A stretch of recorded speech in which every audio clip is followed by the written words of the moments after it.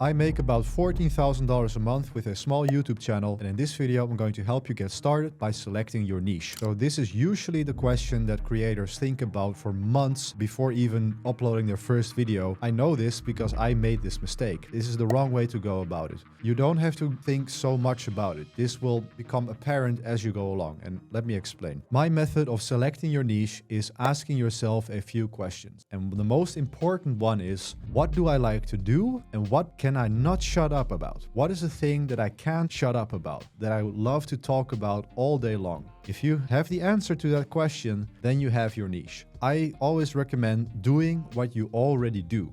An example, in my case, I am an IT engineer, and when I changed my career to IT, I started making videos about the things that I was learning. So I would be working on the job, I would be learning a lot of new technology, and I had all of this in my mind. And then on Saturday, I had this fresh in my mind and I just simply made a video about what I learned that week. And it was very easy to create a 20-minute video because I just had to explain what I learned in that week. A similar thing is if you are on a journey or if you are starting a new hobby, for example. This is starting a journey and then documenting it. So you're already doing a process, you're going through a certain transition, and you are just documenting that process as you go along. And then the YouTube algorithm will find interested viewers that are on a similar journey. This way you can find viewers who are on the same level than you. Because it's an important thing here. People usually don't like to view people who are like way ahead of them, like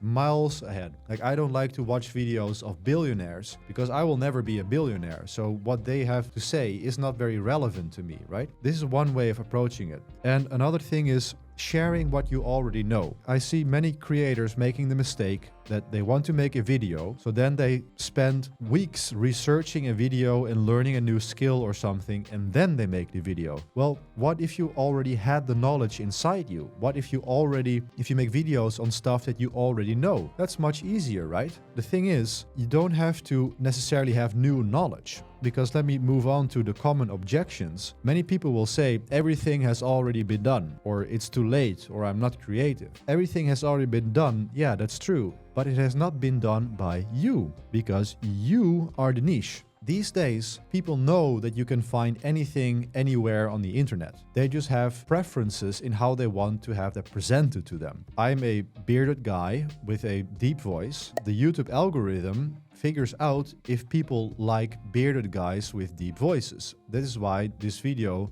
is shown to some people who like my style of presentation.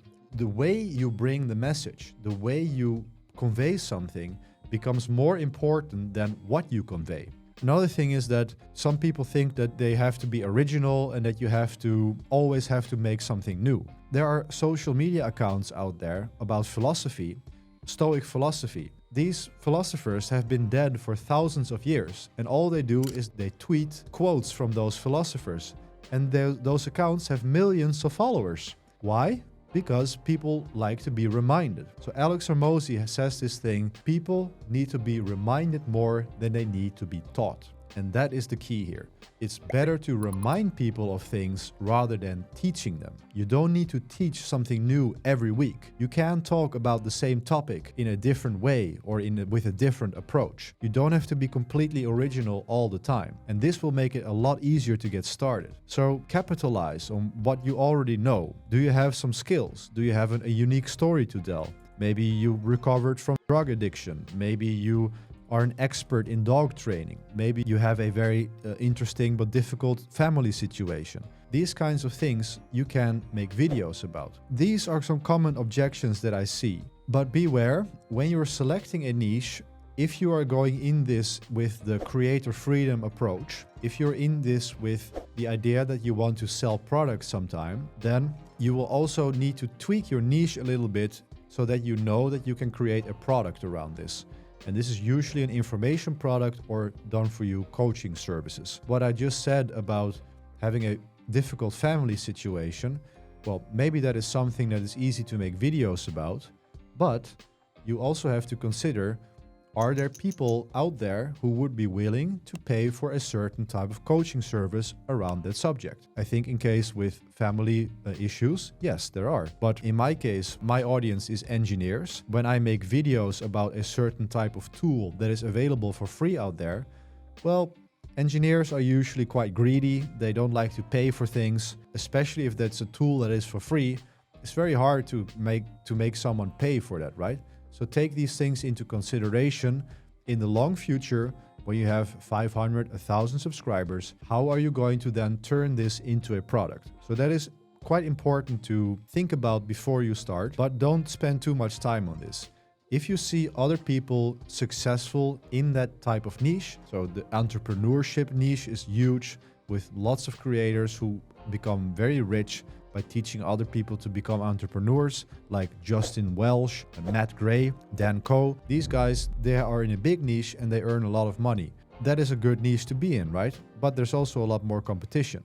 So the more niche down you can get, the better. And finally, I want to share that picking your niche is not a finite thing. It's not forever. My YouTube channel started out as a gaming channel. I was playing a certain type of video game that just came out and I thought, oh, this is probably good to grow. So the first 20 videos I made were with that video game. And I grew to about 2,000 subscribers with that. So it was effective in that sense. But then I changed my channel to more tech-related stuff. And even within my tech niche, I've gone from productivity to note-taking to several other techniques, then to more IT-related, deep technical knowledge. So there has been a journey there as well. And yes, there's a bit of an adjustment period where it takes some time for the algorithm to learn your new direction, but it's definitely possible to change the trajectory of your channel, to change what you like to make content about. And it's also natural because you as a person will change. So remember, you are the niche. That's the most important thing. It's about you and how you present the content rather than what you talk about. That is the most important thing.